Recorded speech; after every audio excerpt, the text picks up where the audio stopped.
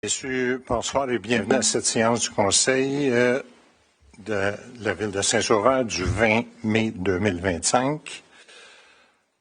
Désolé pour le retard. Quelques petits points avant de commencer. Le 24 mai prochain, c'est la journée de l'environnement. Je ne m'élaborerai pas là-dessus. C'est modifié un peu cette année. Avant, c'était combiné avec le déjeuner du maire. Puis ça se faisait à l'hôtel de ville. Maintenant, ça va être au parc Georges Filion cette année. Monsieur Leblanc va en parler un petit peu plus tantôt. Parlant de déjeuner du maire, le prochain, c'est le 1er juin qui se fait à l'hôtel de ville. Le 7 juin, une activité, il y a beaucoup d'activités commencent là, avec le printemps. On espère qu'on va avoir un printemps. Le 7 juin, c'est la grande journée des petits entrepreneurs au Parc Filion. Ça se fait sur une base annuelle, puis c'est vraiment bien comme activité. C'est des petits, tous des jeunes, 10, 12 ans, 13 ans, puis même plus jeunes qui présentent leurs projets. Ils ont des kiosques, puis ils vendent des diverses choses qu'ils ont faites, qu'ils ont fabriquées. Donc, je vous invite à y aller. C'est le 7 juin, c'est le matin. Je pense que ça commence vers 9 heures. Vous pouvez avoir le détail sur le site web. Tour du silence, demain, le 21, Tour du silence, ça se fait à travers le monde. Puis c'est pour rendre hommage aux cyclistes décédés dans des accidents de la route. Ça se fait demain, le rassemblement, je pense, c'est ici. J'ai pas, c'est ici. Pardon? Oui, il est sur le site, mais je pensais que quelqu'un savait par cœur où on partait. Je l'ai vu, mais... C'était à 17h30. En tout cas, ça part... Je suis sûr que c'est pas ici. On va vous le dire, là. Parc Filion, je pense, je suis pas sûr. Parc Filion? Je suis pas sûr. Je l'ai vu aujourd'hui. Je ne l'ai pas noté. Ça fait le tour de mes points. À Sainte-McGarrigle, monsieur le maire. À Sainte-McGarrigle, à 17h30. Demain. C'est en vélo. À 17h30, à la Sainte-McGarrigle, le départ pour le Tour du silence. Point 1, point 2, point d'information des conseillers. Monsieur Leblanc, Martel et Mme Borigine ont demandé la parole. Pardon. Et Mme Vinet. Monsieur Leblanc, si vous voulez commencer, vous pouvez y aller. Merci. Bonsoir à vous tous. Bonsoir également aux gens qui sont avec nous via le web. Juste avant de débuter, cette semaine, il ne faut pas oublier, du 18 au 24 mai, c'est la semaine intergénérationnelle. On peut y penser. Puis tantôt, vous me disiez aussi que c'était la journée de l'abeille aujourd'hui. Fait qu'on va en parler un petit peu tantôt. Au point 7.1 de l'ordre du jour, on va adopter une politique de l'arbre et son plan d'action de la foresterie urbaine. Ça fait suite, dans le fond, au plan d'environnement adopté par le conseil municipal en 2021. L'objectif d'adopter ce plan-là, c'est de réduire les îlots de chaleur, c'est d'augmenter la canopée. Et ce plan de foresterie urbaine s'applique à l'arbre municipal uniquement. Fait que c'est les arbres qui sont sur le territoire de la municipalité. Le but, c'est de tempérer le territoire et diversifier aussi la forêt urbaine, ce qui est important pour s'assurer la longévité de nos arbres. Samedi prochain, M. le maire l'a mentionné, journée de l'environnement, samedi le 24, de 8h30 à 14h. Parc Filion, mais surveillez le site web de la ville selon la température, puis il y aura une décision qui va se prendre d'ici quelques jours. Ça se pourrait que ça se tienne au chalet Pauline-Venier.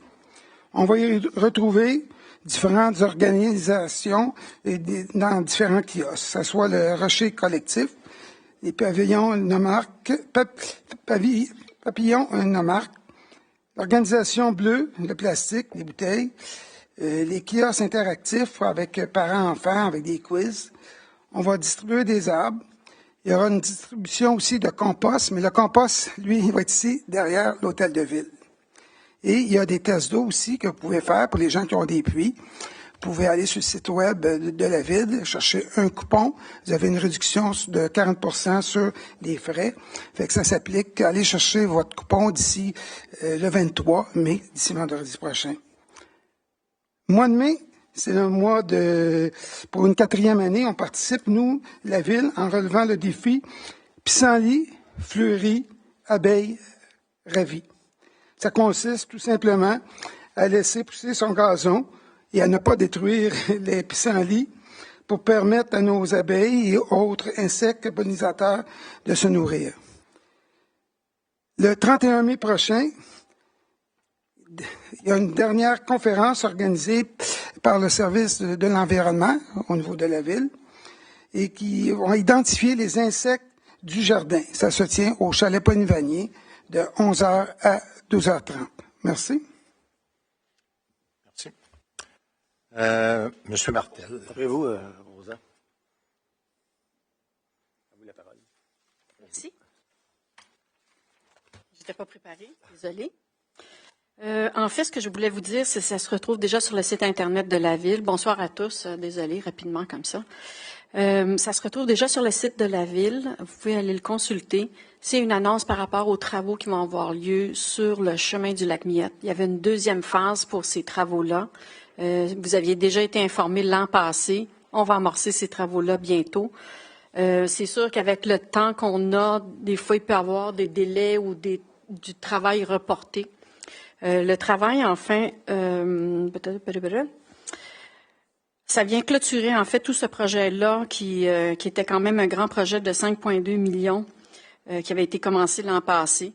Les travaux débuteront, selon la météo aussi, là, le 20 mai et se termineront le 10 juin pour un total de 16 jours ouvrables avec des entraves routières réduites au minimum et un retour à la normale avant la haute période touristique estivale.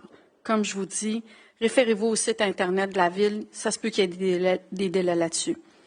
Les travaux, en fait, c'est une 2e couche de pavage afin de normaliser le tout. Et il va y avoir des passages des passages de pavés unis qui vont être installés et du marquage au sol, tout ça pour assurer la sécurité des piétons. Finalement, le marquage au sol, cette dernière couche essentielle pour assurer une signalisation claire et efficace, viendra finalement clore le projet. Donc, il va y avoir aussi du marquage sur la chaussée. Alors, comme je venais vous dire encore, j'insiste, allez voir les détails sur le web. Il y a beaucoup plus de détails de ce que je viens de vous dire. C'est un petit résumé. Merci. Merci, M. Martel. Oui, bonsoir à tous. Je veux juste faire un petit retour sur la séance du 21 avril dernier concernant une demande d'arrêt de l'expropriation pour le terrain qui est sur le chemin de la remontée pour accéder au Mont-Christi. Monsieur Leblanc, Carole Viau et moi-même avons demandé l'arrêt ou le report de l'expropriation pour différentes raisons, mais entre autres, on a déjà beaucoup de sentiers à Saint-Sauveur sur lesquels on peut développer.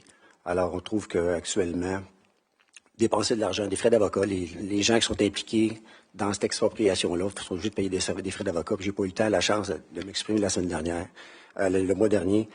On a eu une séance d'information le 24 avril, suite à la séance du Conseil.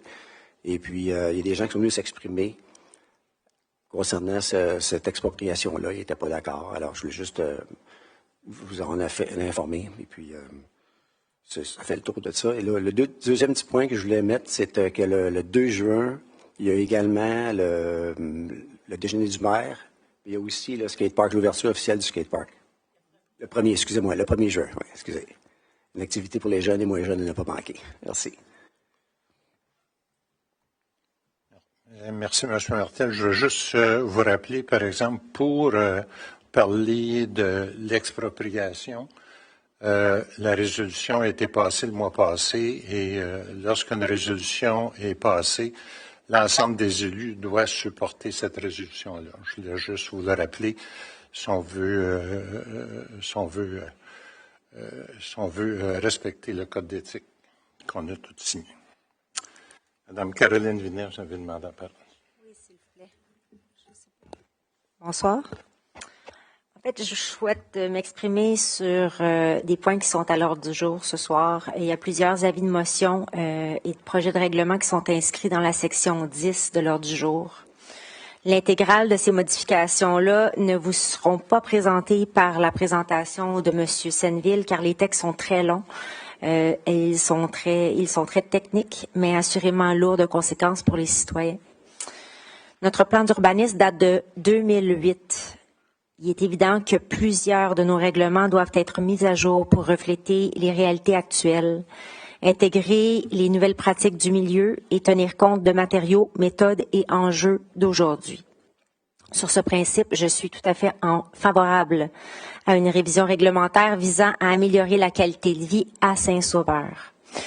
Cela dit, selon moi, les projets de règlement qui nous sont soumis ce soir ne sont pas assez au point pour être déposés à l'ordre du jour. Bien que certains éléments de leur rédaction puissent aller dans le bon sens, l'approche retenue a pour effet d'alourdir le processus, d'ajouter des délais et des coûts importants pour les citoyens, de restreindre de manière significative leur capacité à améliorer ou à entretenir leur propriété. Cela touche des démarches aussi variées que la rénovation, la construction, l'aménagement paysager ou encore l'entretien arboricole. Il ne s'agit pas ici de remettre en question la compétence ni les intentions des services municipaux. Toutefois, les orientations retenues dans ces projets de règlement ne correspondent pas aux demandes initialement formulées par certains élus. Ce que nous avions souhaité, c'était une mise à jour permettant une simplification des règlements, une meilleure lisibilité pour les citoyens et un encadrement raisonnable, sans complexifier davantage les démarches administratives. Or, le processus interne de la rédaction n'a, selon moi, pas permis un réel échange. Les projets ont été présentés aux élus dans un format finalisé, sans qu'un travail collaboratif ait pu être effectué en amont. Nos commentaires ont été reçus par écrit et dans plusieurs cas, les réponses ont fermé la porte à des ajustements. Ce fonctionnement limite notre rôle et nuit à la qualité démocratique du processus. Je tiens à rappeler une chose importante, les élus sont aussi des citoyens. À ce titre, les règlements que nous adoptons s'appliquent à nous comme à tous les autres citoyens. C'est donc avec cette double responsabilité représentative et citoyenne que nous devons évaluer la portée des textes qui nous sont présentés. Les élus ne sont pas fonctionnaires ni employés. Notre rôle est de porter une vision politique et citoyenne qui fait du gros bon sens sur le terrain. Il est donc naturel et sain que cette vision puisse différer de celle des services techniques. C'est précisément pour cela que le dialogue est indispensable. Il n'y en a pas eu. Je le dis ici avec respect, mais aussi avec fermeté, les règlements proposés dans leur forme actuelle ne répondent pas aux attentes exprimées ni aux principes d'accessibilité, de cohérence et de proportionnalité qui devraient guider toute réforme réglementaire. Je suis aussi consciente qu'une consultation publique est prévue le 3 juin prochain pour entendre l'opinion des citoyens. En théorie, c'est une bonne chose, mais dans les faits, j'ai de sérieux doutes sur la portée réelle de cette démarche. Comment peut-on s'attendre à ce que des citoyens qui n'ont pas l'habitude de naviguer dans des documents techniques puissent comprendre et réagir adéquatement à des projets de règlement qui totalisent plusieurs centaines de pages, voire 1000, en une soirée? C'est irréaliste. Ce n'est pas parce qu'on consulte que le processus est adéquat. Une consultation qui survole les grandes lignes sans aller au fond des articles ne permet pas aux gens de saisir les implications concrètes que ces règlements ont sur leur quotidien. Et si les citoyens ne comprennent pas ce qu'on leur propose, comment peuvent-ils donner un avis éclairé? À mes yeux, le processus est précipité. C'est pourquoi ce soir, je ne peux appuyer les projets tels que présentés. Merci.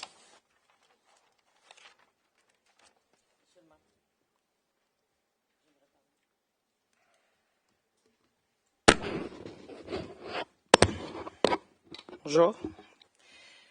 J'aimerais répondre à M. Martel par rapport au terrain. J'aimerais dire aux gens ici présents, ceux en ligne, que j'ai voté pour parce que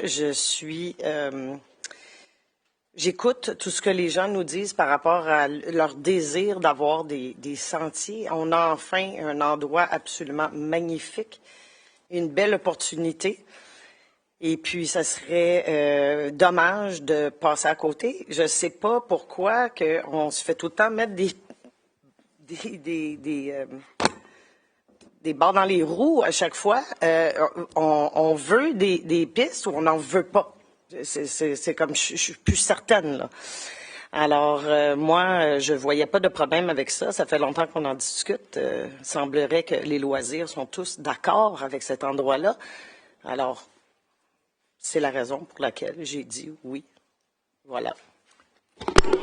Je répète, je veux juste vous mentionner que lorsque les conseillers s'expriment sur certains points, ils le font à leur nom personnel. Sauf Mme Bourgine a parlé des événements a commenté les événements qui s'en venaient, mais pour les autres commentaires, ben ils ont le droit de le faire. C'est ouvert, c'est un point qui est ouvert, mais c'est quand même personnel.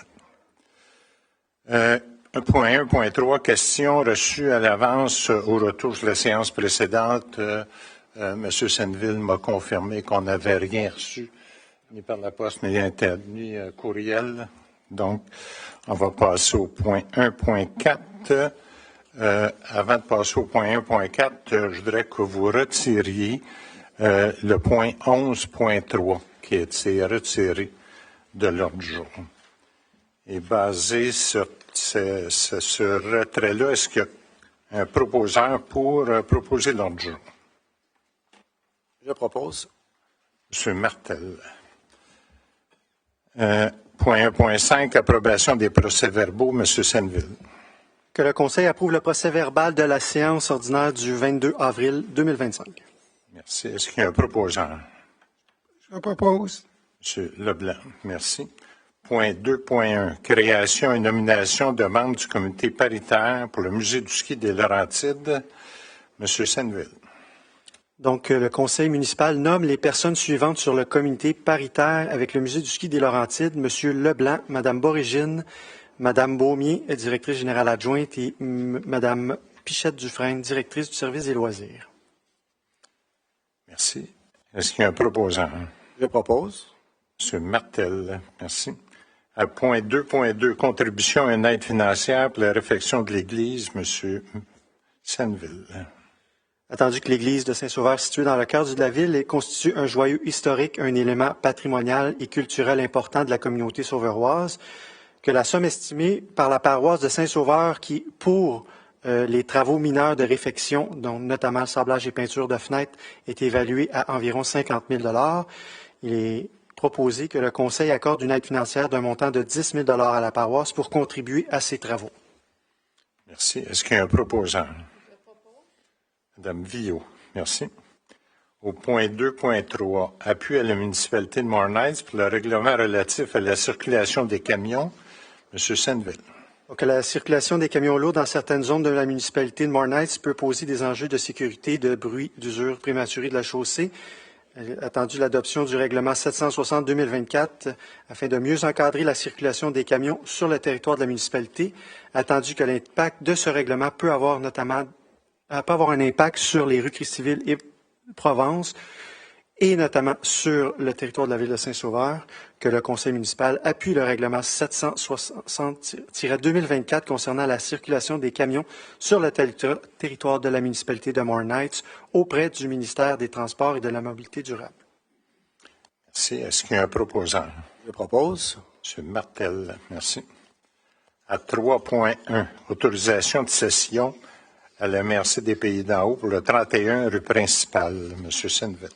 Attendu que la MRC des Pays d'en haut a manifesté son intérêt à acquérir cet immeuble pour des fins publiques, notamment pour y établir un service de garde en milieu de travail, que le Conseil autorise la vente de l'immeuble situé au 31 rue principale à la MRC des Pays d'en haut, conformément aux modalités convenues entre les parties, et ce au prix de 410 000 $ plus les taxes applicables, que le maire et le greffier soient autorisés à signer l'acte de vente et que les frais des services professionnels soient assumés par la MRC. Merci. Est-ce qu'il y a un proposant? Madame Villot, merci.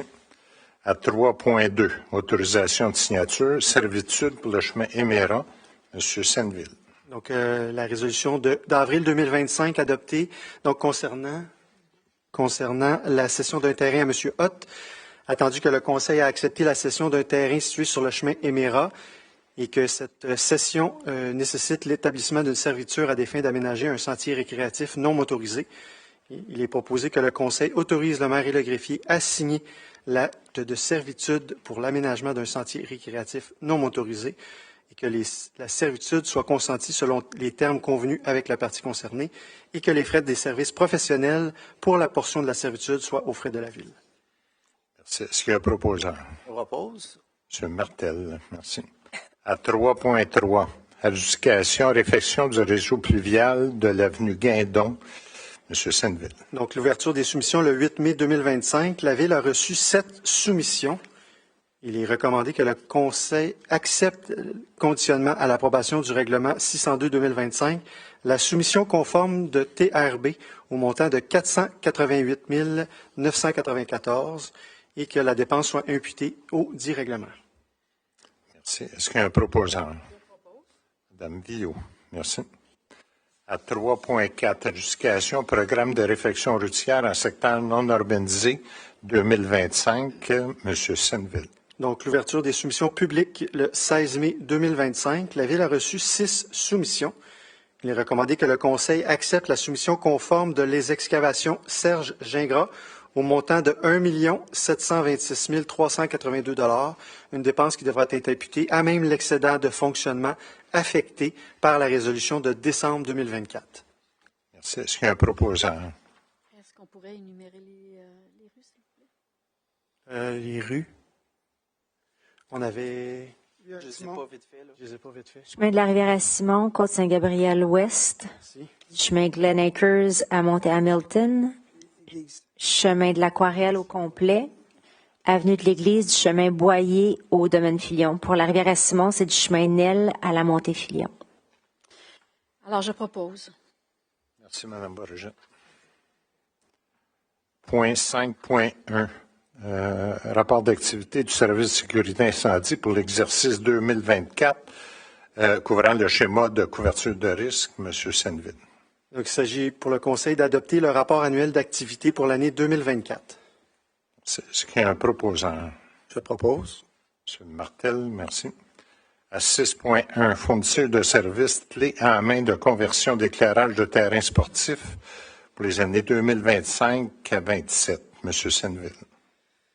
Attendu que la Ville de Saint-Sauveur a reçu une proposition de l'UMQ de préparer en son nom un document d'appel d'offres pour l'achat regroupé d'un service clé en main visant la conversion de luminaires de terrains sportifs en luminaires à technologie DEL pour une période de 3 années.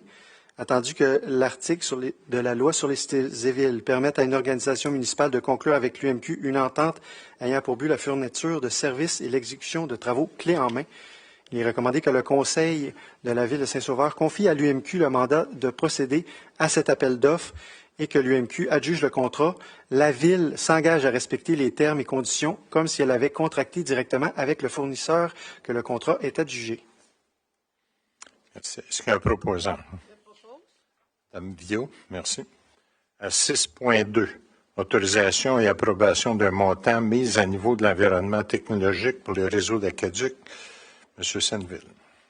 Tandis que la Ville entreprend une mise à niveau complète de l'environnement technologique utilisé pour la gestion de son réseau d'aqueduc, que ce projet vise à sécuriser les opérations critiques, à moderniser les outils de supervision et à garantir la stabilité des infrastructures informatiques pour les années à venir. Il est recommandé que le Conseil autorise la réalisation immédiate de la mise à niveau complète de l'environnement technologique et qu'une somme de 80 000 $ soit financée au fonds de roulement remboursable sur une période de 10 ans par les unités d'évaluation foncière qui sont desservies par le système d'aqueduc municipal. Est-ce qu'il y a un proposant? Je propose. Mme Borigine, merci. À 6.3, adoption du plan directeur d'aqueduc 2024. M. Senneville. Attendu que la Ville a procédé à l'élaboration d'un plan directeur dans le but d'assurer une planification efficace et durable de ses infrastructures d'approvisionnement en eau potable, que le Conseil adopte le plan directeur d'aqueduc de la Ville de Saint-Sauveur tel que déposé et présenté. Est-ce qu'il y a un proposant? Je propose, mais je voudrais souligner le travail exceptionnel qui a été fait sur ce document. Sûrement qu'on va avoir d'autres types de documents comme ça, de plans directeurs pour le futur. Bravo. Merci, vous avez bien raison.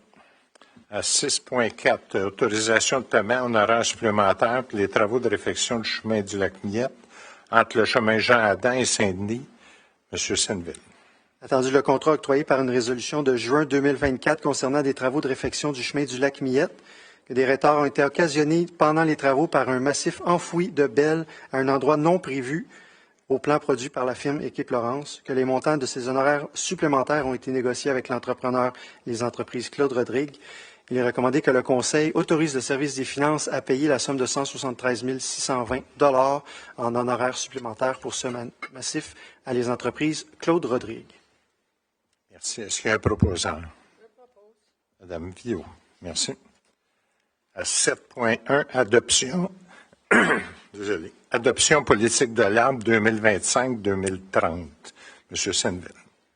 Attendu que les arbres jouent un rôle essentiel dans la lutte contre les changements climatiques, l'amélioration de la qualité de l'air, la régulation de la température, la gestion des eaux pluviales et de la biodiversité, les arbres contribuent également à la qualité de vie des citoyens et en offrant un espace ombragé en réduisant le bruit et en embellissant le paysage urbain.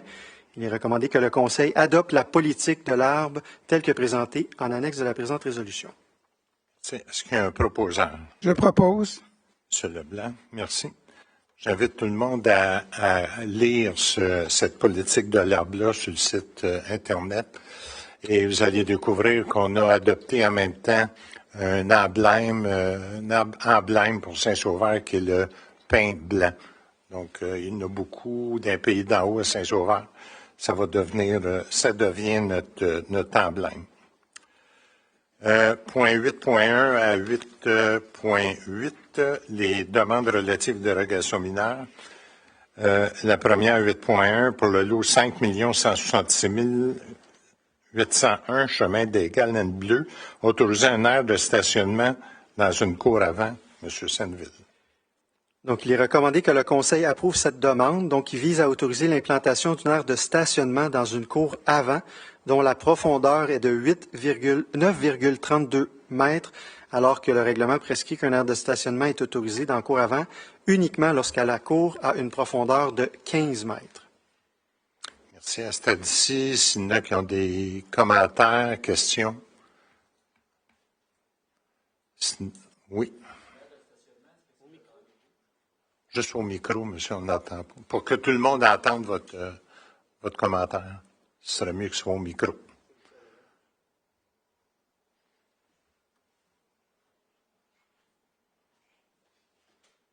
Alors, est-ce que l'aire de stationnement, c'est le carré rouge? Carré rouge, c'est le terrain. À droite, Ah. le carré rouge est dans la maison. Il est où l'aire de stationnement qui est demandé? Ah, OK. Je ne voyais pas ça.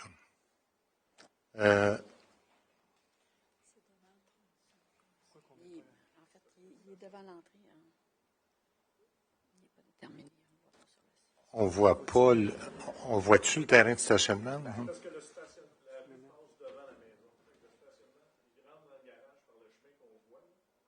Je peux en parler, puis c'est mon fils. Au micro, M. Gravel, sinon les gens n'entendent pas sur Internet. Oui, je m'excuse. L'aire de stationnement, c'est parce que le chemin fait... Juste à parler dans le micro, je m'excuse. Je m'excuse pour ceux qui ne m'entendent pas. Le stationnement, le chemin d'accès pour la maison fait un S et il rentre, on le voit dans le garage. Ça veut dire que le stationnement passe devant la maison. Ça veut dire que le stationnement est devant la maison. Je ne sais pas si vous suivez. C'est pour ça que...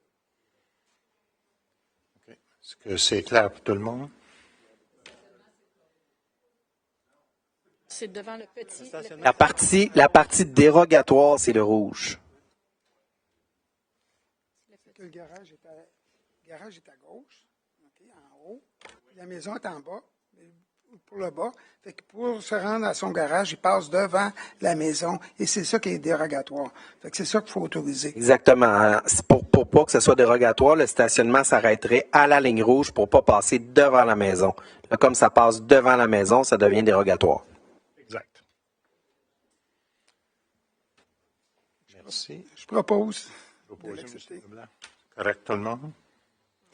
À 8.2, demande de dérogation mineure pour le 347 avenue de l'Église, permettre la construction d'un abri d'auto ayant 2 côtés ouverts au lieu de 3. M. Senneville. Il est recommandé que le Conseil refuse la demande de dérogation pour le 347 avenue de l'Église, visant à autoriser la construction d'un abri d'auto dont les plans verticaux sont ouverts sur 2 côtés, alors que le règlement prescrit que les plans verticaux d'un abri doivent être ouverts sur au moins 3 côtés. Que ce refus soit justifié par les motifs suivants. Donc, l'application de les règlements ne cause pas préjudice sérieux au demandeur puisqu'il possède déjà un garage détaché. La demande n'a pas de caractère mineur et les travaux n'ont pas été exécutés suite à l'obtention d'un permis et en conformité au permis émis ou en conformité au permis émis. Merci. À ce stade-ci, il y a quand même une période de commentaires, questions. Est-ce qu'il y en a qui ont des commentaires et questions ou questions sur ce point-là? Non. Est-ce qu'il y a un proposeur pour ce point-là à 8.2, comme quoi on s'objecte à cette dérogation mineure-là? Je propose le refus. Merci, Mme Borgin. À 8.3, demande de dérogation mineure pour le 43 avenue Saint-Denis, régulariser l'implantation d'un bâtiment accessoire dont le toit est d'un seul versant et situé en cour arrière à l'extérieur du prolongement imaginaire des murs latéraux. M. Senneville. Que le Conseil approuve la demande de dérogation pour l'immeuble situé au 43 avenue Saint-Denis, donc visant à régulariser l'implantation d'un bâtiment accessoire dont le toit est un seul versant et situé dans la cour arrière à l'extérieur du prolongement. Donc, le règlement prescrit le contraire et que la condition soit qu'un arbre soit planté afin de limiter la vue de la voie de circulation. Merci. Est-ce qu'il y a des commentaires, questions? Sinon, est-ce qu'il y a un proposeur pour approuver ce point-là à 8.3? Je propose. M. Leblanc, merci.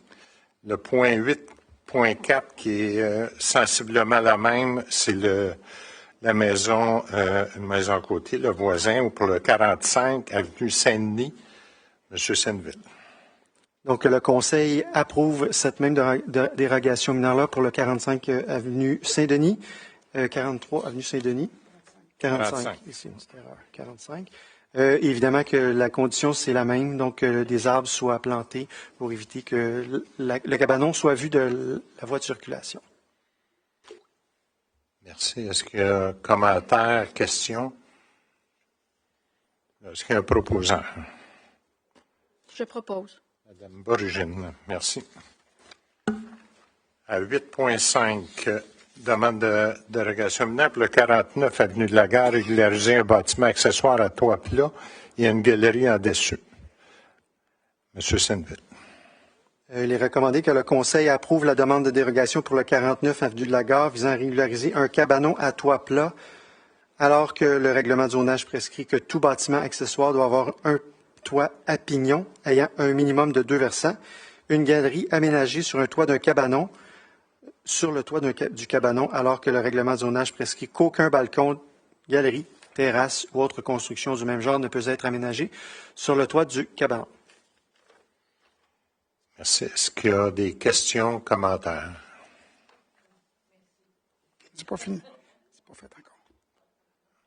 Est-ce qu'il y a un proposant? Je propose. M. Leblanc, merci. C'est fait. C'est fait. 8.6, demande de dérogation mineure pour le 33 Molson, nouvelle école primaire, nouvelle enseigne dérogeant à plusieurs normes. M. Senneville. La dérogation mineure va en 2 temps. Donc, il y a une approbation. Donc, approbation de 2 points. L'enseigne ayant un lettrage à plat ou d'une épaisseur de 6,35 mm pour le nom de l'établissement et le logo, alors que le règlement prévoit que toute enseigne nécessitant un certificat d'autorisation, un relief d'une profondeur ou d'une épaisseur de 10 mm.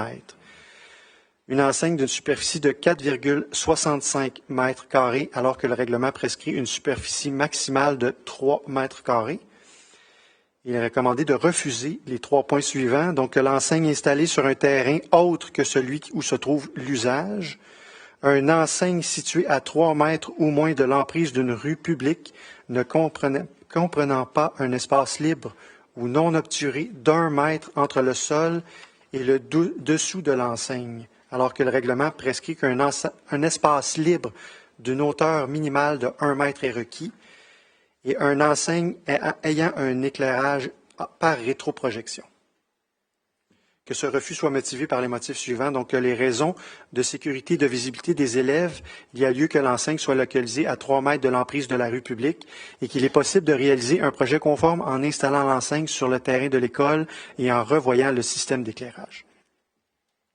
Est-ce qu'il y a des commentaires, questions? S'il n'y en a pas, j'aimerais ça que les élus, on se retire pour discuter de ce point-là. S'il vous plaît. Désolé, on est de retour dans quelques minutes.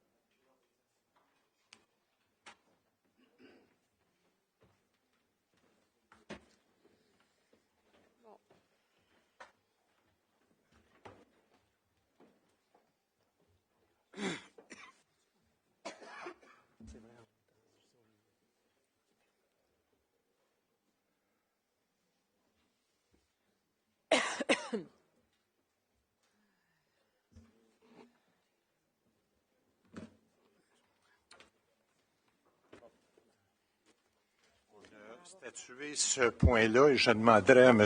Senneville de le répéter pour que ce soit très clair. Puis ensuite, on votera.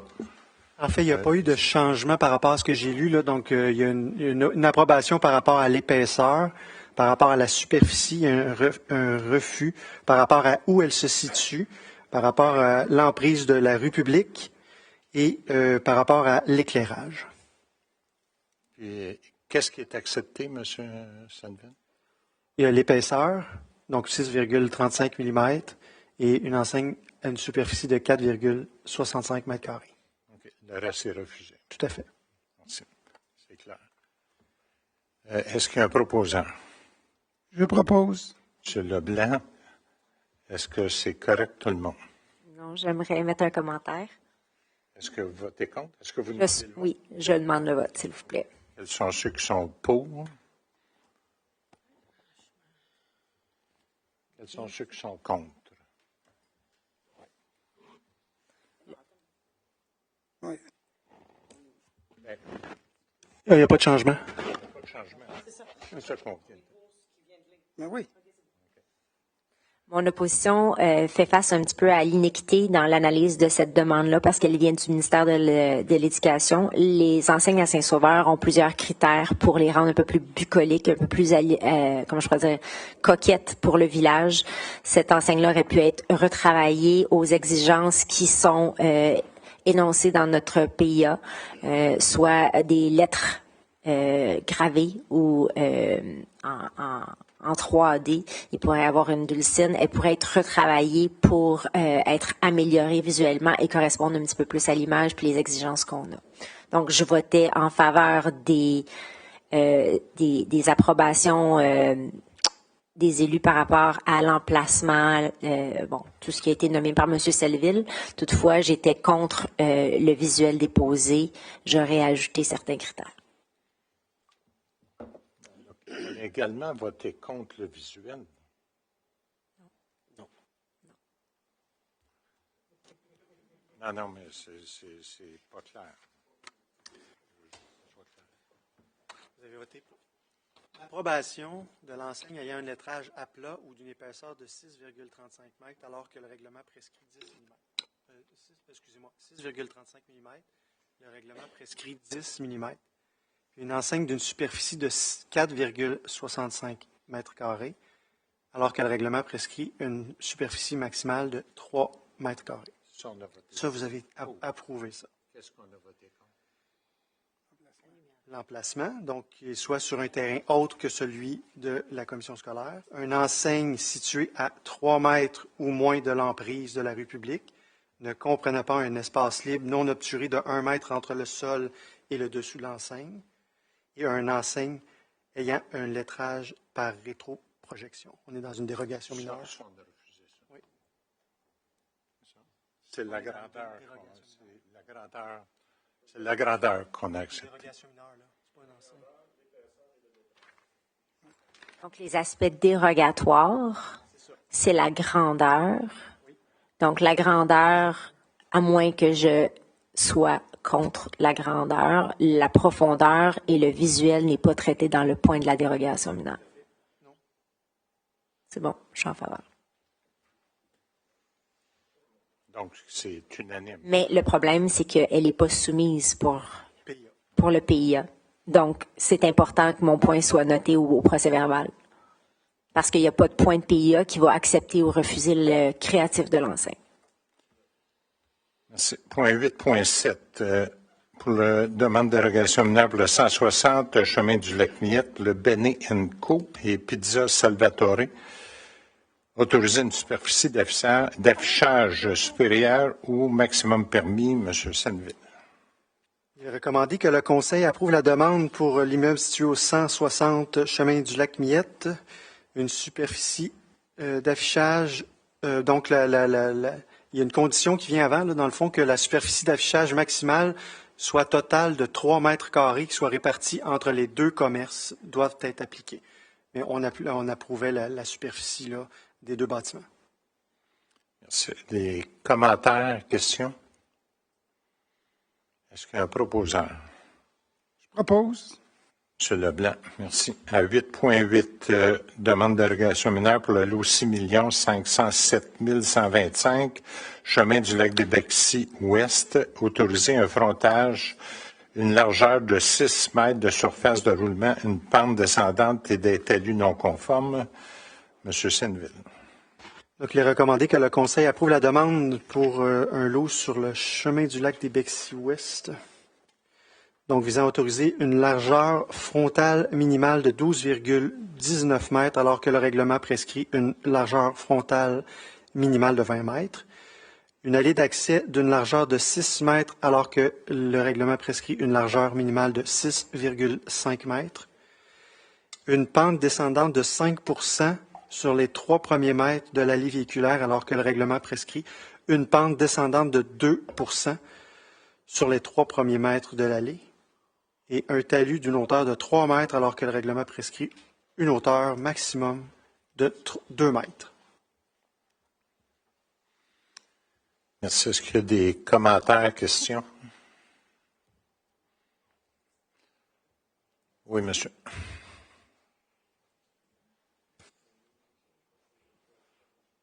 6 mètres versus 20, c'est pas mineur, hein, je pense que c'est majeur. Et puis quand on regarde le grand lot à côté, lui, il y en a plus large.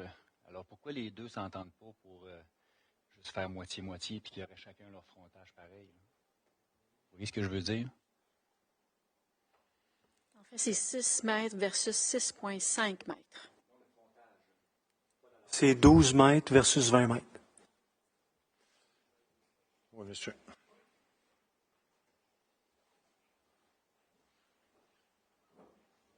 Bonjour. Je suis le propriétaire. On a bien essayé de s'entendre avec le voisin à côté. Malheureusement, il y a une hypothèque légale du gouvernement sur le terrain. On ne peut rien faire. Merci.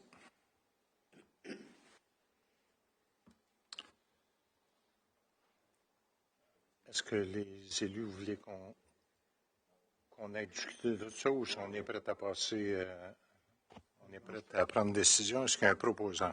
Je propose. Madame Borigine, c'est beau pour tout le monde?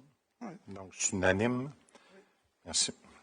À 8.9, on parle des demandes relatives à l'affichage. À 8.9, demandes relatives à l'affichage pour l'ajout d'une enseigne collective et de lettrage en vitrine pour le 8 avenue Filion, Baguel, Saint-Flour. M'excuse. M. Senneville. Il est recommandé que le Conseil approuve ce projet. Recommandation qui est assujettie à la condition que le fond de l'enseigne sur structure collective doit être de la même couleur et de la même pigmentation que l'enseigne existante au-dessus. Est-ce qu'il y a un proposant? Je propose. Madame Borigine. Merci. À 8.10, demande relative à l'affichage pour l'ajout d'une enseigne à plat et de lettrage en vitrine pour le 224 chemin du Lac-Millette, local B, VAP District Saint-Sauveur, M. Senneville. Il est recommandé que le Conseil approuve ce projet. Donc, que cette recommandation soit assujettie aux conditions suivantes, que le logo et le nom de commerce dans la vitrine de droite doivent être retirés afin d'éviter une répétition, que la forme de l'enseigne doit être modifiée pour s'agencer avec les enseignes déjà présentes, clinique dentaire, sushi shop, et que les mots articles pour vapoteur doivent être retirés afin d'éviter une répétition. Merci. Est-ce qu'il y a un proposant? Je propose. Borigine, merci. À 8.11, demande relative à l'affichage, ajout d'une enseigne à plat pour le 358 rue principale, le Biftec. M. Senneville. Il est recommandé que le Conseil approuve ce projet. Est-ce qu'il y a un proposant? Je propose. Madame Borigine, merci. À 8.12, ajout d'une enseigne en projection au 166 rue principale pour le Lola 45, M. Senneville. Il est recommandé que ce projet soit approuvé. Merci. Est-ce qu'il y a un proposant? Je propose. M. Leblanc. OK. M. Leblanc. À 8.13, pour un ajout d'une enseigne à plat pour le 160 chemin du Lac-Millette, Beninco et Pizza Salvatore. M. Senneville. Il est recommandé que le Conseil refuse ce projet. ce refus soit justifié par les motifs suivants. Donc, que les dimensions des enseignes doivent être revues, représentées afin de répondre aux conditions édictées à la dérogation mineure, que l'enseigne Salvatori doivent être de couleur blanche et sans fond, et qu'aucune enseigne ne doit être visible depuis l'autoroute. Est-ce qu'il y a un proposant? Je propose. Monsieur Leblanc, merci. À 8.14, demande relative à l'architecture pour modification à l'apparence extérieure, le 411 rue principale au commerce La Jazette. Monsieur Senneville. Que le conseil municipal approuve ce projet à la condition que le changement de couleur doit être appliqué à l'ensemble des façades du bâtiment. Merci. Est-ce qu'il y a un proposant? Je propose. Leblanc, merci. À 8.15, pour la modification à l'apparence extérieure pour le 166 rue principale, pour le Lola 45, M. Senneville.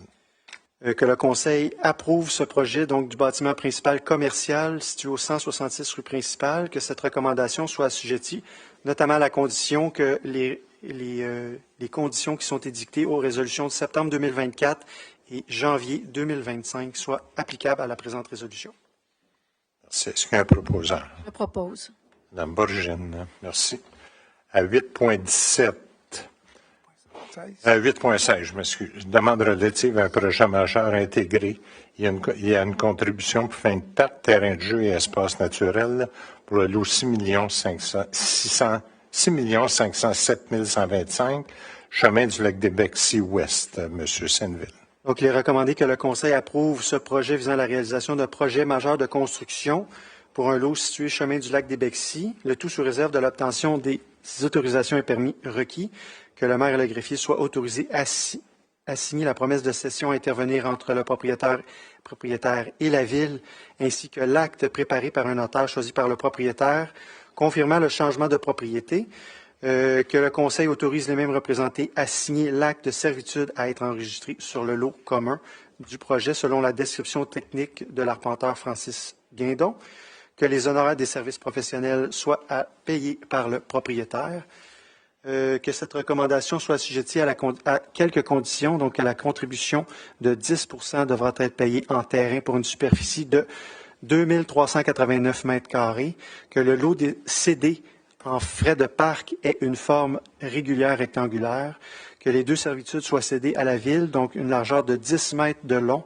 et la seconde d'une largeur de 10 mètres sur la route,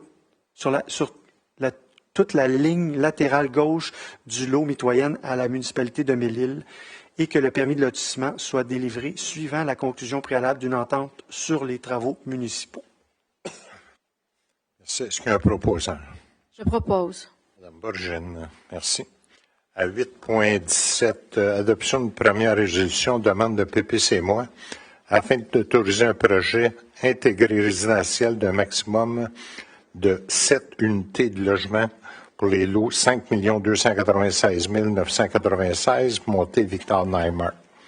M. Senneville. Donc, un projet particulier de construction, de modification et d'occupation d'un immeuble PPC-moi a été autorisé en vertu d'une résolution de février 2025 que la demande prévoyait faire de la location court-séjour.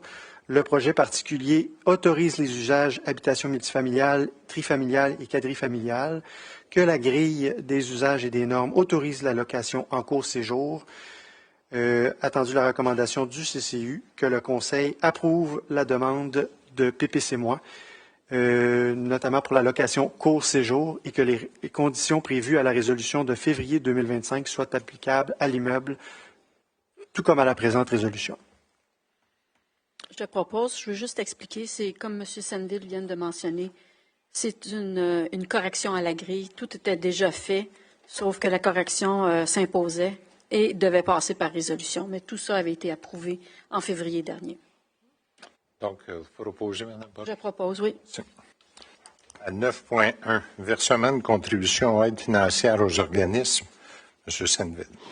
Donc, le Conseil autorise le versement d'une contribution non récurrente aux organismes suivants, donc Musicus Vivace, 250 $, et l'École secondaire à Anne-Morin, Gala Mérite et reconnaissance du deuxième cycle 2024-2025, 500 $. Est-ce qu'il y a un proposant? Je propose. Madame Cossette, merci. À 9.2, autorisation de signature pour le programme d'assistance financière aux loisirs des personnes handicapées pour 2025-26. M. Senville.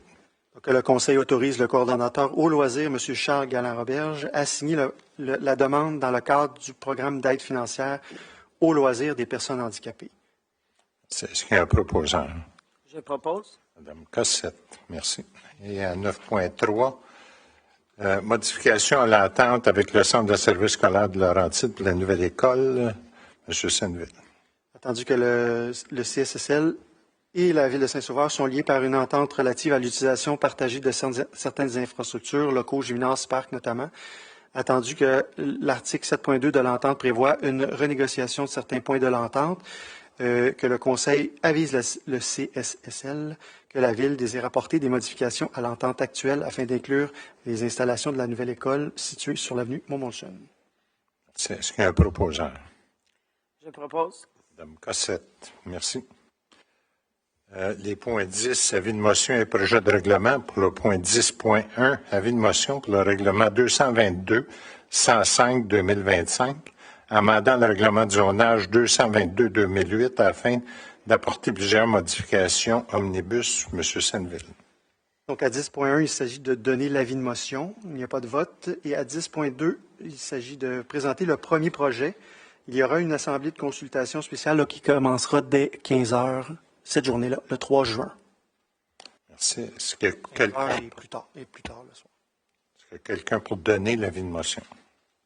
Je donne l'avis de motion, puis je fais la proposition. Est-ce que vous en faites aussi proposer l'adoption d'un premier projet? Oui. Oui. Merci. Monsieur le maire, je demande le vote. Quels sont ceux qui sont pour le point 10.2 à adoption projet? Quels sont ceux qui sont contre? Madame Vinet, le point est adopté. Point 10.3. Je peux me permettre un commentaire. C'est... Au début, votre commentaire. Oui, j'en ai un autre. Cet omnibus-là a 208 pages et c'est un assemblage de règlements complexes sur 208 pages. Le fait de refuser l'omnibus en fait, si on souhaite refuser un ou deux règlements qui sont inclus, on doit refuser l'adoption complète de l'omnibus. Pour moi, c'est un non-sens, on recule. Mais c'est ce que la présentation du 3 juin va tenter de vous expliquer. C'est 208 pages de un des nombreux règlements qui sont présentés ce soir. Dans ce règlement-là, il y a plusieurs clauses qui me posent problème. J'ai tenté de les soulever, mais bref, c'est adopté. Point 10.3. Avis de motion pour le règlement 225-20-2025, amendant le règlement 225-2008, relatif au plan d'implantation et d'intégration architecturale afin d'apporter plusieurs modifications omnibus. M. Senville. Donc, une fois de plus, 10.3 et 10.4, l'avis de motion 10.3 de ce projet de règlement. Et 10.4, c'est l'adoption d'un projet de règlement cette fois-ci. Et la même assemblée publique va se tenir le 3 juin. Est-ce qu'il y a quelqu'un pour donner cet avis de motion? Je donne l'avis de motion. Mme Bourgine, est-ce que vous en proposez également son adoption? Oui. Merci. Je demande le vote. Mme Vinet demande le vote. Quels sont ceux qui sont pour? Quels sont ceux qui sont contre? Mme Vinet est contre. Le projet est adopté. Je demande le vote de parole. Allez-y. Dans le projet de PIA qui est déposé, la Ville demande d'exclure ses propres bâtiments municipaux de l'analyse du CCU et de la soumission à une adoption, sous prétexte qu'il souhaite accélérer les processus. Je me dis que si les citoyens sont soumis à des processus complexes qui demandent des délais, la Ville devrait être soumise aux mêmes critères, aux mêmes délais et au même processus. On est là pour mettre l'exemple, pour donner l'exemple, et c'est juste équitable qu'on soit soumis aux mêmes démarches qu'on exige à nos citoyens.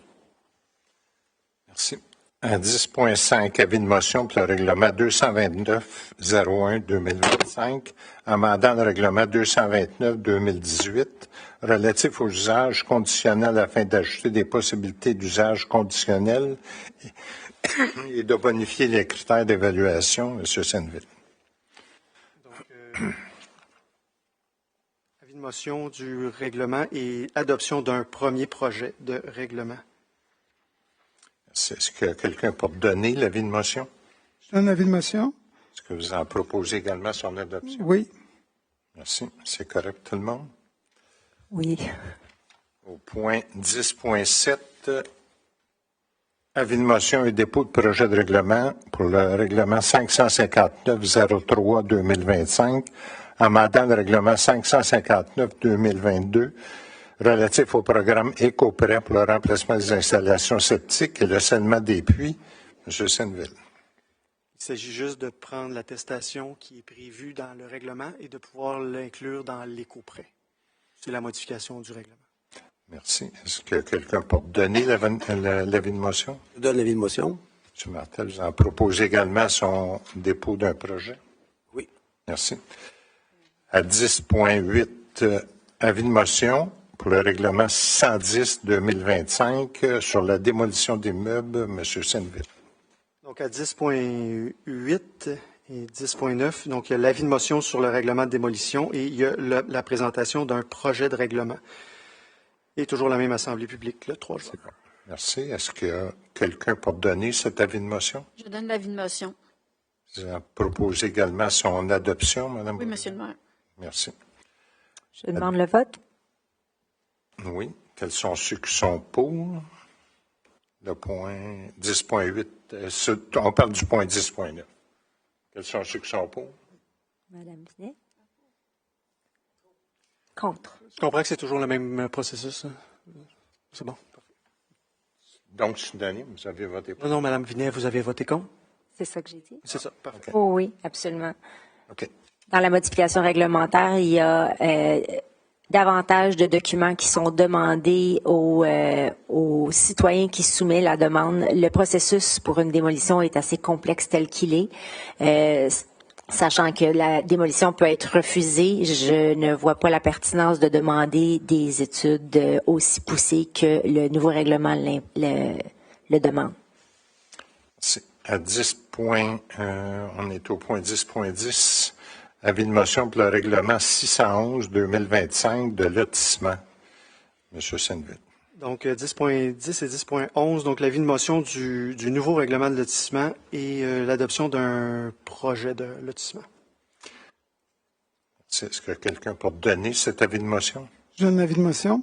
M. Leblanc, vous en proposez également son adoption? Oui. À 10.11, merci. Je demande le vote. Oui. Quels sont ceux qui sont pour le point 10.11? Quels sont ceux qui sont contre? Mme Vinet. Dans le règlement qui est soumis, il y a une clause qui permet à la Ville d'exiger une deuxième fois les frais de parc à un lot qui les a déjà payés si après 10 ans, le lot n'est pas construit. Je suis en désaccord avec la double imposition que la Ville demande aux citoyens propriétaires. Je suis également en désaccord avec le règlement qui dit que dorénavant, aucune nouvelle rue ne pourra être construite à Saint-Sauveur. Ça va enclaver des lots et ça va, selon moi, amener un lot de propriétaires insatisfaits.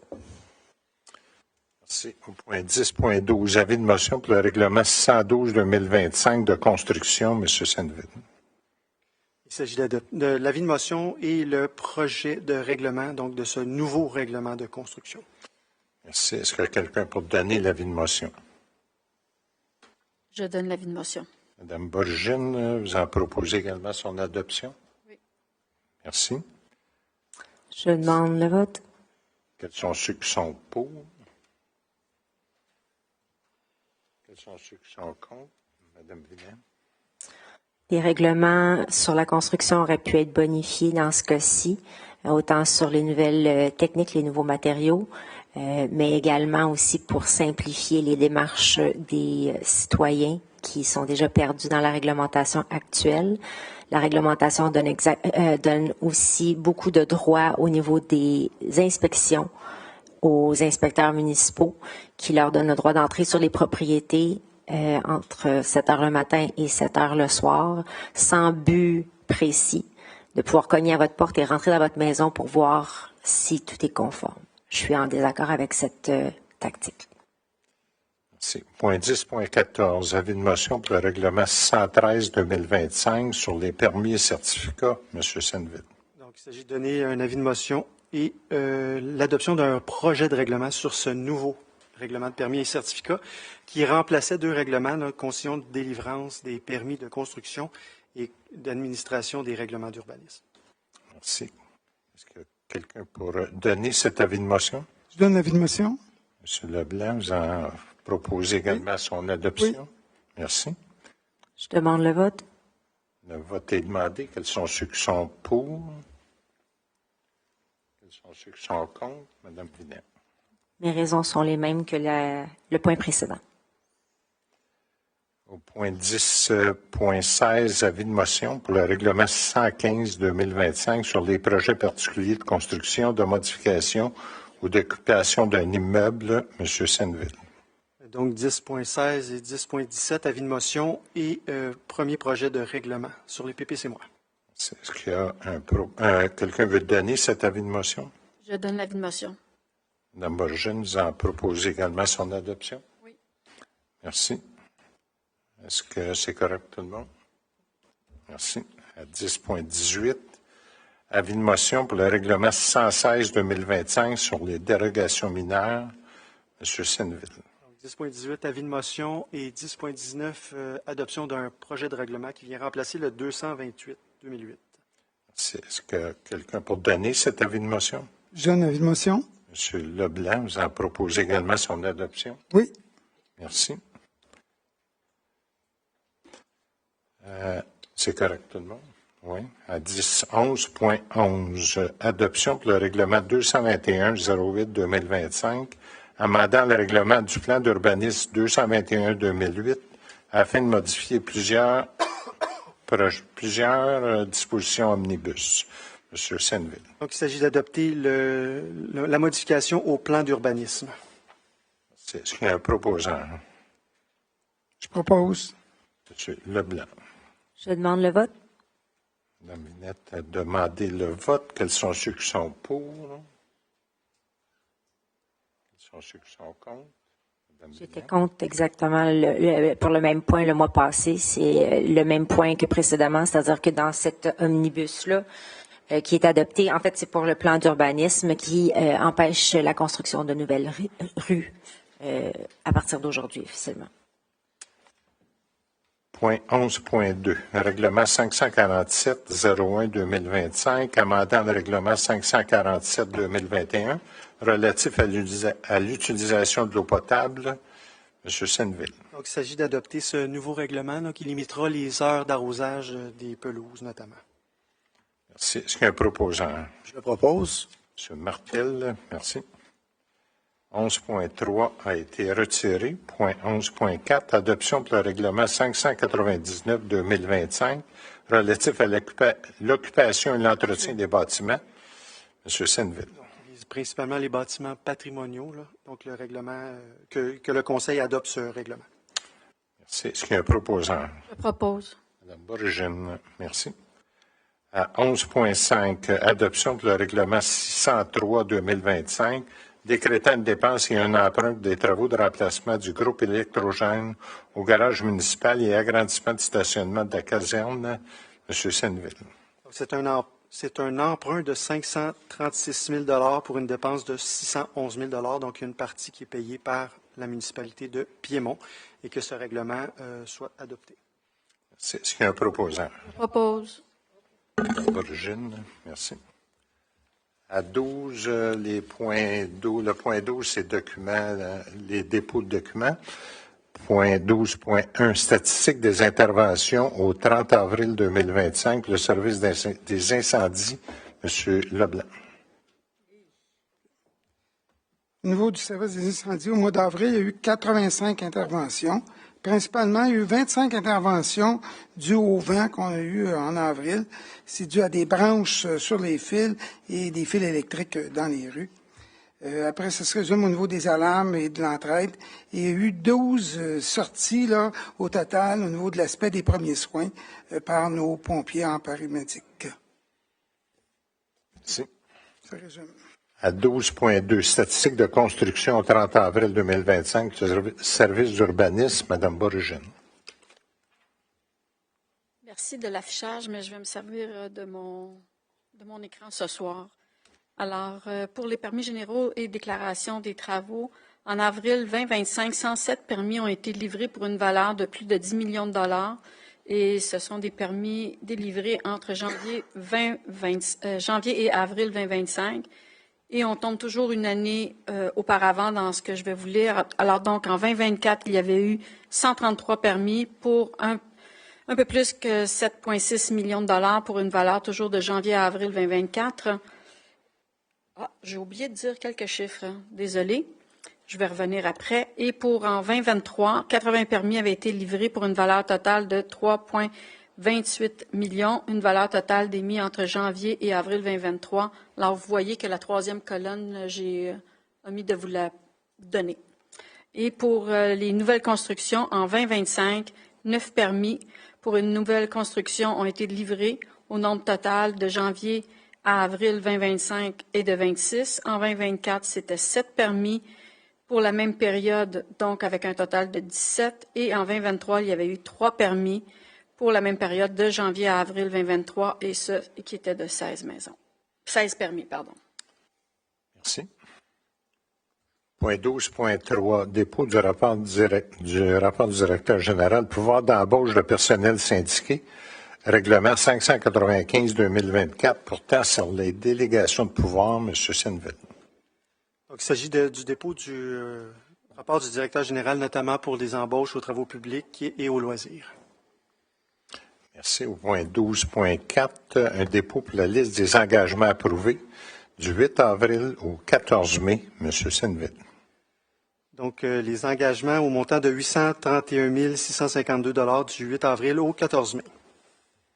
Merci. Et 12.5, la liste des paiements émis du 4 avril au 1er mai 2025, M. Senneville. C'est une somme de 4 160 416 $. Le dépôt du rapport financier consolidé 2024, M. Senneville. Donc, le trésorier et directeur du service des finances dépose le rapport financier consolidé pour l'année 2024 ainsi que le rapport de l'auditeur indépendant, le tout conformément à la loi sur les cités et villes. Merci. À 12.7, un dépôt pour le certificat du greffier, règlement 602-2025, décrétant une dépense et un emprunt pour les travaux de réfection sur l'avenue Guindon, M. Senneville. Donc, c'est un emprunt de 520 000 $. Il y avait 1032 signatures requises, il y en a eu 0. Donc, le règlement est approuvé. Merci. Au point 12.8, déclaration des intérêts pécuniaires, M. Senneville. Je dépose les intérêts pécuniaires. M. Leblanc dépose ses intérêts pécuniaires. C'est bon. Merci. M. le maire, oui. je peux prendre la parole, s'il vous plaît? Oui. Je voudrais vous mentionner tous les points qui sont les avis de motion et projets de règlement, il y en avait plusieurs au point 10, donc 1, 2 et la suite. Je voulais juste vous mentionner ce soir, je pense que vous avez vu nos visages. C'est pas toujours à la joie. Ce sont des lectures très difficiles à faire. Moi, personnellement, j'ai eu de la difficulté. Je voulais vous le mentionner. Je ne suis pas d'un background urbanistique du tout. Je suis plutôt technique. Alors, je voulais juste vous partager ça. C'est sûr qu'on en fait une lecture, mais je crois que pour ce soir, pour aller de l'avant, pour les citoyens qui vont vouloir déposer des projets, c'est pour ça que moi, j'ai voté pour. Et il y a toujours la consultation au 3 juin et il y aura prise de décision plus tard et peut-être que les règlements pourront s'ajuster aussi. Voilà. Merci. Point 13, période de questions du public. S'il y en a qui ont des questions, veuillez le mentionner. Oui, monsieur.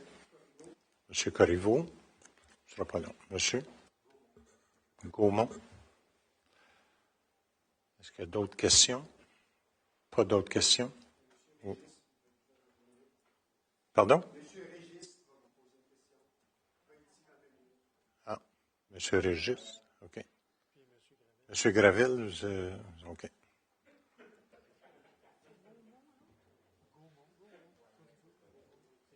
Monsieur Corriveau.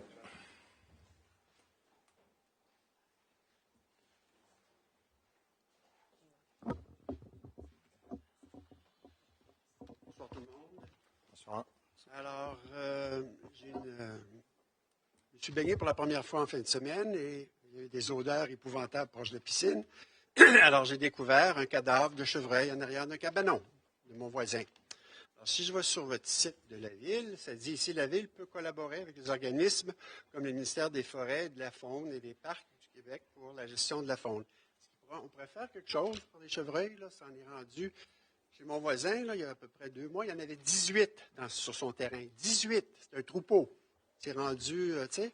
Puis là, vous nous donnez des arbres. Il y a 2 ans, la Ville nous donnait des arbres. J'ai planté ces arbres que vous nous avez donnés. Bien, les chevreuils, ils ont bouffé. Tu sais, ils bouffent tout. Alors, ce serait peut-être temps de commencer à mettre un plan en action pour essayer de réduire les dommages que ces animaux font. Et même sur votre site web, ici, ça dit « La Ville peut offrir des subventions à l'achat de produits permettant de dissuader la faune, comme les clôtures répulsifs. » J'ai dépensé presque 1 000 juste en clôture, etc., pour empêcher les chevreuils de venir bouffer mes plantes. En passant, les chevreuils ne mangent pas les pissenlits, mais ils mangent toutes les autres affaires. Tu sais. Alors, une autre petite anecdote. Les pissenlits, c'est bien beau, là. Moi, je suis un grand jardinier, mais je n'ai jamais vu grand abeilles bourdonner autour des pissenlits. Ils vont aller après les autres plantes, là, mais pas les pissenlits. Je ne sais pas d'où ça vient, cette idée-là, que les abeilles sont attirées aux pissenlits. Premièrement, les pissenlits, ça ne sent rien. Pour attirer une abeille, il faut qu'il y ait un parfum, il faut qu'il y ait quelque chose, là, tu sais. Alors, c'est pour ça que... En tout cas, j'ai fait mon point. Alors, ça serait apprécié si on pouvait faire quelque chose. Oui, je ne suis pas un spécialiste en abeilles, mais apparemment qu'ils aiment beaucoup les pissenlits. Ils aiment beaucoup les pissenlits. Les chevreuils? Non, les abeilles. Les abeilles. Comme je vous dis, moi, j'en ai jamais vu. Je suis allé l'autre jour à la résidence des personnes âgées. Là. Ils ont des champs de pissenlits. Là.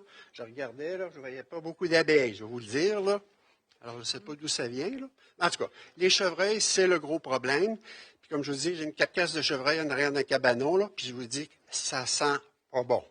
Alors, il faudrait peut-être penser à ça. La Ville est venue, le gentil monsieur est venu, mais il dit, je ne peux pas rien faire parce que c'est pas sur le bord de la rue. Alors là, j'allais acheter de la chaux, puis on est allé mettre de la chaux sur le cadavre, là. Et en tout cas, c'est vraiment pas plaisant. Merci. Merci. Merci de vos commentaires, M. Corriveau. M. Gaumont. Bonsoir. Mesdames les élus, merci de pouvoir nous permettre de vous poser une question. Je suis propriétaire au 510 Montée-Victor-Normand. J'ai acheté en 2023 un terrain.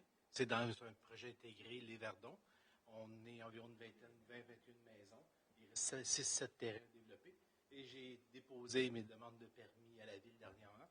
Et j'ai eu la surprise que je ne pouvais pas construire sur le terrain parce que par rapport à l'article 185.1 qui s'applique au déboisement, pour le projet intégré des Verdons, le 30% est atteint. Donc, je me demande, est-ce que c'est possible d'envisager une possibilité d'une modification réglementaire de l'article 185.1 pour le déboisement? C'est certain, puis, pour ce qui me concerne, si je coupe un arbre, j'en plante un autre, ça c'est certain, donc on va se retrouver avec la même quantité d'arbres. Donc, c'est ça mon point ce soir. Merci.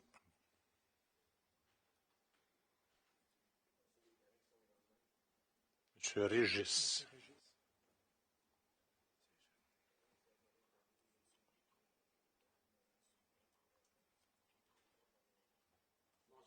Bonsoir. J'aimerais savoir qui décide de la date de ramassage de feuilles. Il y a des années, à l'automne, il y avait deux dates, une à la fin d'octobre puis une au début de novembre. L'année passée, la date était du 21 octobre. Les feuilles n'étaient pas toutes de tomber. Moi, ma famille est venue ramasser des feuilles le 31 octobre. J'avais 50 sacs de feuilles devant la maison. On me dit qu'il n'y avait plus de ramassage de feuilles, qu'il fallait soit que je mette une bâche dessus, qu'au printemps, il y aurait une deuxième ramassage de sacs, ou d'aller le porter à l'éco-centre. Maintenant, dans mon coin, c'est plein de sacs de feuilles, mais il n'y a pas de date au printemps pour le ramassage de feuilles. Qu'est-ce qui se passe avec ça? Est-ce que vous avez une réponse à ça? Non. Merci. C'est nous, les résiduaires. Je ne peux pas vous répondre. Mais pourquoi On va trouver une réponse, M. Gaumont. Puis, pourquoi il y a seulement une date? Régis, je m'excuse. Le 21 octobre, il y a encore des feuilles dans les arbres. C'est très tôt. Moi, j'ai appelé, on me dit, c'est parce que l'année passée, il y avait une tempête de neige le 31 octobre. Alors, on a décidé d'avancer d'une semaine. C'est ridicule. C'est pas à tous les ans qu'il y a une tempête de neige le 31 octobre. Je ne peux pas vous répondre à cette question-là, mais le mois prochain, on va avoir une réponse pour vous, monsieur. Qu'est-ce que vous allez faire de tous les résidents qui ont des sacs? Je ne peux pas vous donner de réponse ce soir. Le mois prochain, je vais vous donner une réponse. C'est bon, merci. M. Gravel. Bonsoir. Bonsoir. 2-3 petites questions. Le timer est parti. C'est difficile de vous poser des questions à la première séance de questions, que vous prenez juste des questions par Internet. Parce qu'on a l'ordre du jour le vendredi à midi, à peu près. Puis si j'envoie un courriel pendant la fin de semaine, je ne suis pas certain que je vais être lu le lundi soir. Parce que ça a déjà, Mme Bertrand l'a fait le mois passé, puis ça n'a pas marché. Mais ça marche? OK. Si tu me dis que ça marche, Yann, on a fait des forages sur la rue principale, à plusieurs endroits, dans les dernières semaines. Des tests. Est-ce qu'il y a des travaux prévus sur la rue principale? À quel endroit, sur le principal? Il y en a à partir de... C'est Belle qui faisait ces travaux-là, je me trompe pas. Je pense que c'est Belle qui faisait. Ils ont fait des forages, je ne sais pas si vous avez vu. Vous avez vu se promener dans la rue, vous allez voir alternatif en quinconce, un côté de l'autre, avec des numéros. C'est pas nous. 31, 32, 22, ils en ont fait 30, je pense. C'est pas nous. C'est pas vous. Les consultations publiques. Je peux bien croire, Mme Borigine, qu'il va y avoir une consultation publique que vous avez votée puis pour faire avancer le projet, mais une consultation publique, avec l'expérience qu'on a à date, là, c'est pas sûr que ça avance beaucoup. Souvent, vos décisions sont prises avant d'arriver en consultation publique. Souvent, c'est des petits changements. Puis pour un projet comme tel, à l'ampleur de ce projet-là d'urbanisme, faire une consultation publique, puis qu'on va régler ça dans la même soirée, je suis un peu assommé. Quand j'ai vu ça, là, en fin de semaine, j'ai tombé à terre. Je ne peux pas croire qu'au mois de juin, à mai, à ce temps-ci de l'année, on va faire une consultation publique pour des projets si importants que ça. C'est important, ça, là. Vous êtes tous d'accord. Je peux bien croire que vous êtes en élection au mois de novembre, mais c'est quelque chose. Ça, c'est quelque chose. De tout changer ça, c'est quelque chose. Vous êtes conscient de toutes ces avancées-là et toutes ces choses-là? Et on a discuté, M. Gravel. OK, c'est bon. Il m'en reste une. J'ai encore du temps. L'éclairage sur les parcs avec la MRC, avec le gouvernement, MQ. Est-ce que vous allez changer, parce que moi j'habite en arrière du parc, est-ce que vous allez changer l'éclairage pour des LED ou des trucs comme ça? Vous avez dit qu'ils vont aller en soumission. Vous n'avez même pas de regard sur le prix que ça va arriver à la fin. Vous allez accepter, c'est ce que tu as dit, Yann, vous allez accepter le prix qu'eux autres vont décider. Non, c'est un regroupement d'achat. On joint le regroupement d'achat. C'est un processus clé en main. C'est-à-dire qu'il va y avoir, oui, une analyse des besoins en lumens. Donc ça, c'est la phase 1. C'est en plusieurs phases. Fait que c'est sûr que si à un moment donné, on arrive à la phase de l'acquisition des luminaires, puis que c'est un prix avec lequel les élus sont pas d'accord, mais il y a toujours une porte de sortie. Là, on fait partie de plusieurs regroupements d'achat, puis on n'a jamais le couteau sous la gorge. Là. Qu'est-ce qu'il a lu tout à l'heure, c'est je n'ai pas entendu la même chose. Là. Je pense que c'était si on s'en allait là, on acceptait les termes de cet appel d'offres. En phase. En phase. Est-ce que vous avez fait des tests? Est-ce qu'ils vont faire des tests sur la luminosité de ça? Parce que c'est dans ma cour. Là. Oui. J'aimerais voir que ça a l'air un peu. Là. Pas juste pour moi, pour les résidents autour. Là, ça va être important. Là. C'est tout. C'est tout. Merci.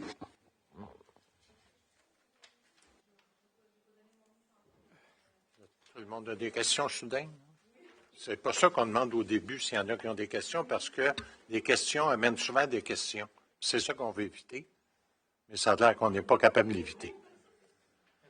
Allez-y, Mme Desjardins. Merci. Le mois passé, je vous ai parlé de la fête du voisinage. C'était plus ou moins établi comme quoi qu'il y avait quelque chose cette année. Là, j'ai vu sur le site web que la formule a changé. Je l'ai-tu compris comme faux? L'année passée, on avait jusqu'à une certaine date, puis la fête du voisinage était une date fixe. Là, maintenant, c'est n'importe quand dans l'été. C'est ça? Oui. C'est ça, je comprends? Oui. Il y a 2 dates, là. Il y a 2 dates? Non, c'est à l'intérieur d'une période. OK, à l'intérieur, je pense que c'est du 24 juin au 28 ou quelque chose du genre. Vous avez bien lu. J'ai bien lu. OK, je comprends. Merci beaucoup. Merci. Oui, madame.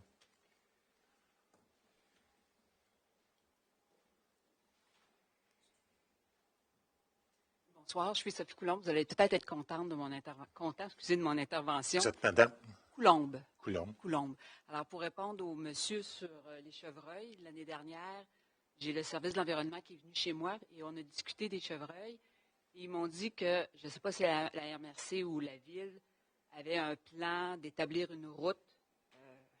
Ça a de l'air niaiseux ce que je dis, là, d'établir une route pour les chevreuils. Mais c'est effectivement le plan. Alors, je ne sais pas si ce plan-là existe. C'est la préservation des couloirs. C'est ça. Oui, oui, mais encore faut-il que les chevreuils passent à travers ces couloirs. C'est tout à fait ce que j'ai dit à la personne de l'environnement. C'est bien beau de faire des routes, mais comment tu diriges? Faire de la signalisation. Non, c'est ça, mais il semblait confiant que ça se ferait. Fait que je ne sais pas si c'est quelque chose qui était... Vous dites que c'est quelque chose qui existe ou... Ben, c'est dans le plan de préservation des milieux naturels où est-ce que le but de l'acquisition des terrains et de la préservation des terrains est dans le but de préserver ces couloirs naturels-là de la faune. Mais vous le savez comme moi, il y a de l'acquisition de terrain, il y a des territoires déjà occupés par les chevreuils, il y a de la multiplication, malheureusement, oui, il y a des chevreuils qui mettent bas, puis les gens, les chevreuils aiment se nourrir, puis ça a l'air qu'on continue de leur offrir la bonne nourriture. Fait que c'est sûr qu'ils ne seront pas tentés nécessairement d'aller vers ces couloirs-là. Mais c'est pas un plan d'action de la ville, c'est une intention de préservation de milieux naturels. C'est pas Désolée, c'est une pas ce que solution. j'avais compris quand j'ai rencontré les gens. C'était vraiment... Évidemment, je trouvais ça un peu bizarre là, de faire des routes pour les chevreuils, mais ça semblait être le cas. Alors, désolée, je n'ai pas de réponse finalement. Merci. L'organisme, c'est Éco-Corridor Laurentide qui supervise. Il y a eu une présentation l'autre fois au Chalet Pointe-Vanille. Ouais. Ben, pas nécessairement pour les chevreuils, mais pour la protection du territoire. Merci. Est-ce qu'il y a un proposeur pour lever l'Assemblée? Je propose. Madame Cossette, merci à tous et espérons vous voir à nos différentes activités.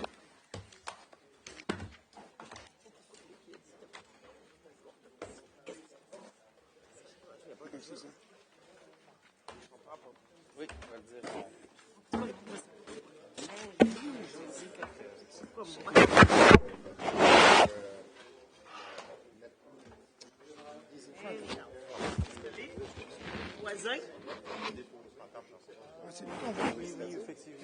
C'est déménagé. Là, tu vis avec ma fille et son chat.